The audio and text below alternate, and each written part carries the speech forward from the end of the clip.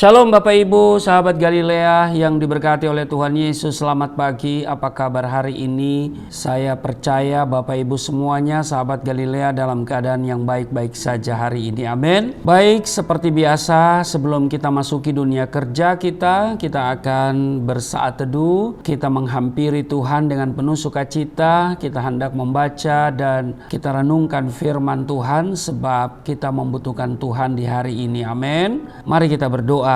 Bapa Surgawi, Allah yang Rahman dan Rahim, pencipta langit dan bumi dan dengan segala isinya, Allah yang kami sembah di dalam nama Tuhan Yesus Kristus. Kami muliakan namamu, datanglah kerajaan-Mu, jadilah kehendak-Mu di bumi seperti di surga. Kami bersyukur kami ada di hari ini. Terima kasih Tuhan, Engkau bawa kami di hari ini dan kami akan membaca, merenungkan firman Tuhan. Sebelum kami beraktivitas hari ini, urapi hamba-Mu yang tidak ada apa-apanya, urapi setiap kami yang mendengarkan firman-Mu. Kiranya firman-Mu ini termaterai dalam hati kami, dan kami bukan saja menjadi pendengar yang setia, tapi kami menjadi pelaku firman-Mu. Di dalam nama Tuhan Yesus, haleluya, amin. Bapak Ibu, kita akan melihat di dalam Pengkhotbah pasal 8 pada ayat 2 sampai dengan ayatnya yang ke-8.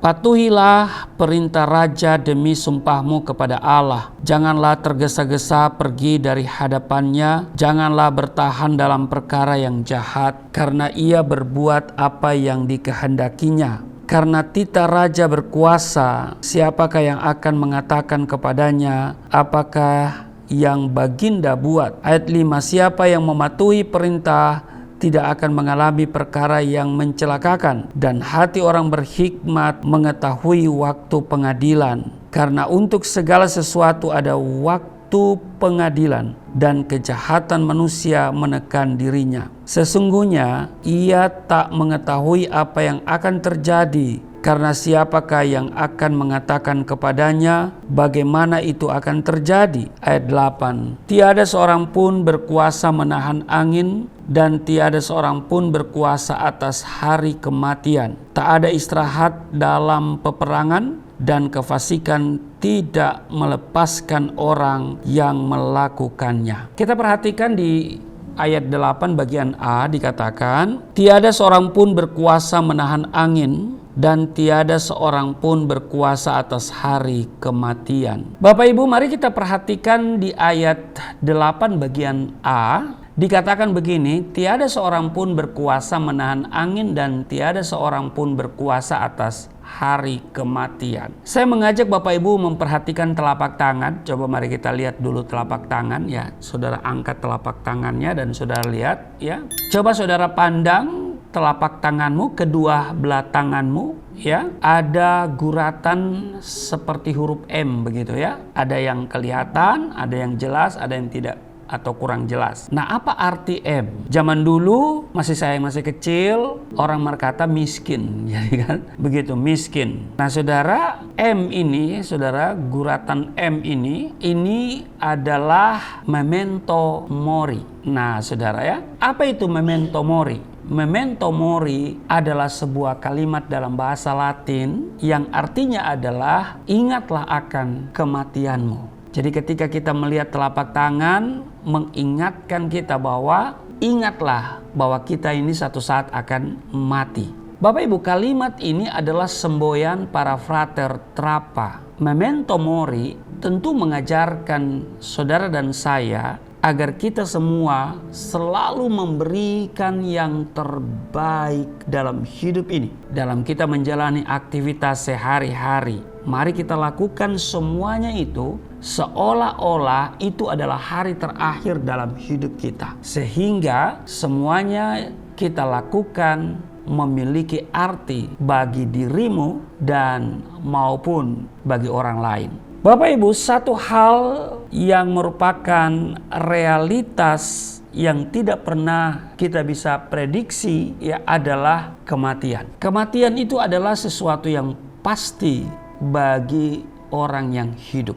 Bahwa kematian adalah realitas yang tidak pernah bisa diprediksi kapan terjadi, dan hal itu akan dialami oleh semua orang. Ia tidak mengenal usia dan status. Karena itu jangan pernah berkata, aku masih muda, masih sehat, masih kaya, dan banyak uang. Urusan mati itu tidak penting. Saudara, justru karena kematian itu bisa datang sewaktu-waktu, maka kita harus mempersiapkan diri sebaik-baiknya. Pengkhotbah pasalnya yang ke-9 ayatnya yang ke-12 dikatakan begini.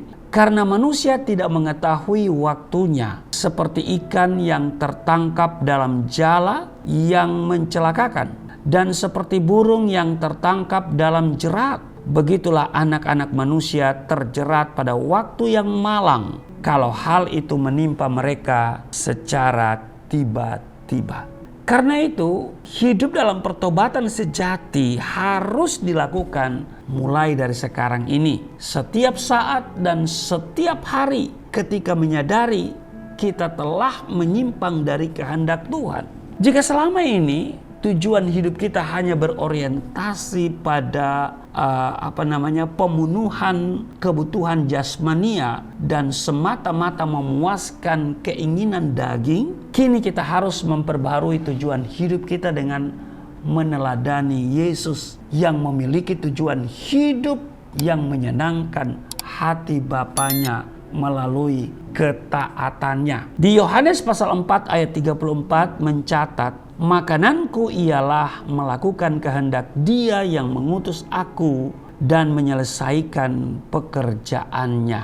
Bapak Ibu, terkait dengan memento mori, kita harus berpikir bahwa hari ini adalah hari terakhir bagi kita dan besok sudah tidak ada kesempatan lagi. Dengan demikian, setiap kita akan menghargai waktu sedemikian rupa dan menjadikan setiap hari sebagai suatu kesempatan yang berharga untuk kita memperbaiki hidup dengan fokus kepada perkara-perkara di atas, bukan yang di bumi. Sebagaimana yang Tuhan Yesus sampaikan di dalam Matius pasal 6 ayat 20, kumpulkanlah bagimu harta di surga, dan di surga ngengat dan karat tidak merusakannya, dan pencuri tidak membongkar serta mencurinya. Bapak Ibu, mengumpulkan harta di surga sama artinya berusaha memiliki hidup tidak bercacat dan tidak bercela di hadapan Tuhan. Hidup yang tidak melukai hati Tuhan melalui perkataan dan perbuatan kita. Inilah hidup yang mengutamakan dan mendahulukan kerajaan Allah dan kebenarannya. Nah, bagi orang percaya yang telah mengumpulkan harta di surga, dengar baik, kematian tidak lagi menakutkan, melainkan sebuah keuntungan besar karena melaluinya kita bertemu dengan Tuhan. Amin. Tuhan Yesus memberkati. Mari kita berdoa. Hari ini kami mengucap syukur karena Tuhan sudah mengingatkan kami bahwa tidak seorang pun berkuasa menahan angin dan tiada seorang pun berkuasa atas hari kematian. Dan karena itu kami diingatkan dengan sebuah semboyan para frater Trapa, memento mori.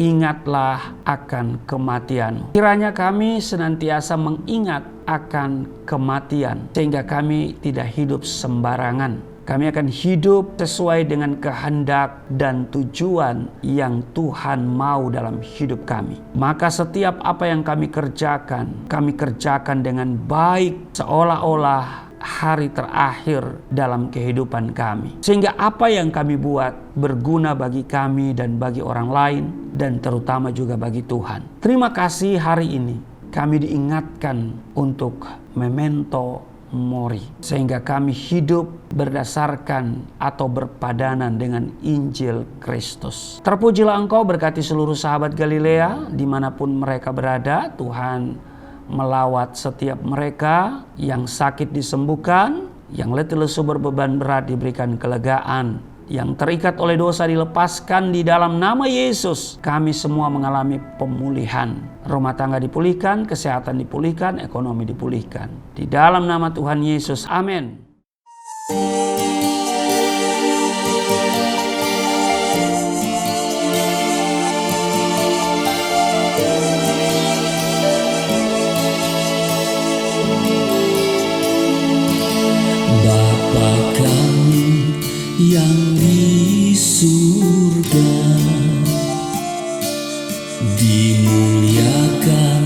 namamu,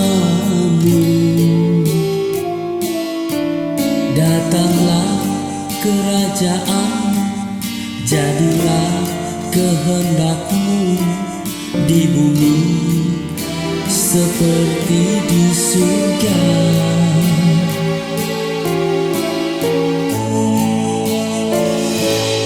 Berikanlah kepada